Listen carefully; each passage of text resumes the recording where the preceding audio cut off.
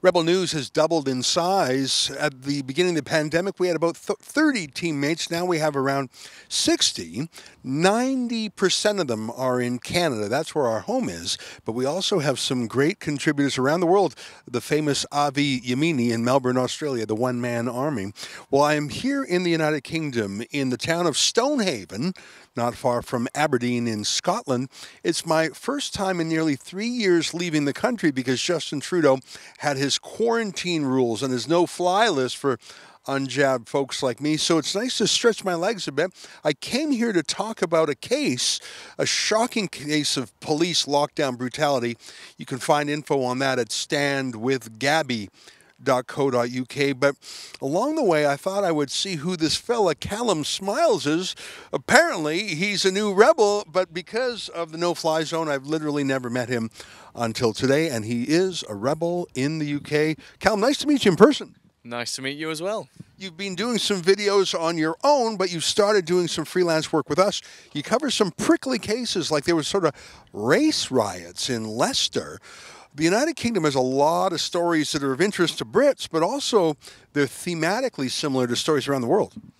Yeah, so in particular with the race riots in Leicester, you don't hear much in the mainstream media, but you'll see things on circles in Twitter and on other messaging platforms, similar stories in and around Europe.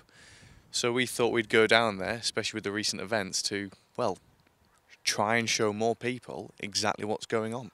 You know, I'm going to play a clip from that because I bet our viewers are thinking, okay, race riots, is it white folks rioting against newcomers? No, it's a little bit more complex and more interesting. Here's a clip from Callum's reports.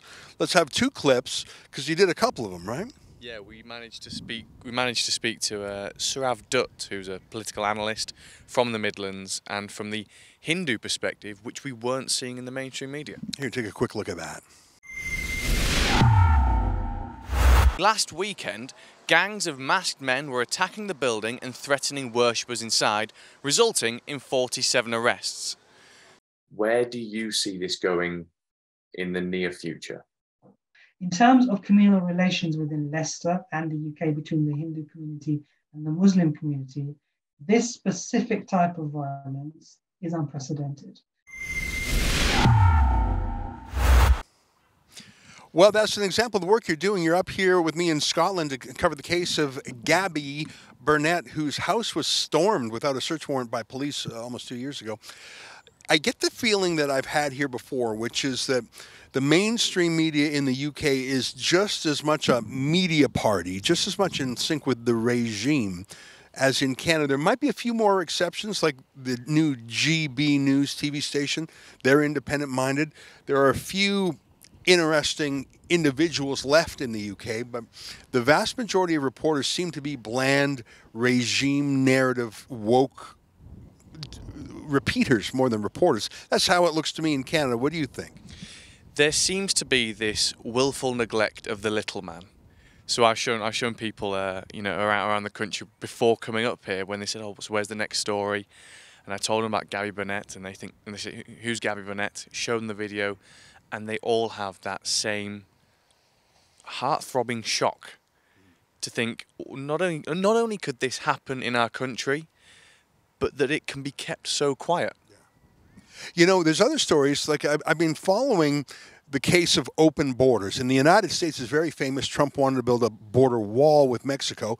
Biden has undone that, 900,000 illegals. In Canada, believe it or not, we have a border wall with New York State. And all the folks Trump was going to kick out, they just walk into Canada at our border called Wroxham Road. UK is an island, but the English Channel is not that far across. You guys have an open borders problem too, don't you? It's such a big problem. We saw less people come with William the Conqueror than we're seeing coming through Europe now. And it's almost as though, despite having this massive, great expanse of water called the English Channel, it almost seems as though we are directly joined with not just France, but countries in the Middle East and Africa. Well, I'm glad you're here on the ground to help us cover these things. There's a lot of interesting stories. We have a lot of supporters in the UK because we used to do a lot more journalism here, but of course, then the flight bans came and the lockdowns came, and that really stymied things. our heart remains in Canada because that's where we started. But I believe that the Rebel News style can travel. I see that in Australia with obvious success. We're building up in America with Jeremy Lafredo and Katie Daviscourt. And I think the UK is sort of halfway between America. Well, I don't know. It's got some European stories. It's got some common stories with the Commonwealth. I think there's a lot of things that Canadians and Americans can learn from the UK. And I think actually there are some flickers of hope. There are some freedom fighters in the UK. I think of the anti-censorship folks that are actually stronger in the UK than in Canada. So I think there's a lot of interesting things here. I hope you're going to cover those in the weeks and months ahead. Oh, absolutely. Well, listen, Callum, it's nice to meet you in person, and nice to meet you on a story. I mean, we just met today. He's been working for us, but how would I have had a chance to meet him? So it's great to see him, and stay tuned for great news reporting and a little bit of activism from Callum. For Rebel News in Stonehaven, Scotland, I'm Ezra Levant. I am here in Stonehaven, Scotland, not far from Aberdeen in the United Kingdom. My first foreign trip in almost 3 years. I was here for the case of Gabby Burnett, a woman whose house was stormed by police during the lockdown. But look who I met, Callum Smiles, the newest teammate of Rebel News. To find out more about our British work, go to ukreporters.co.uk.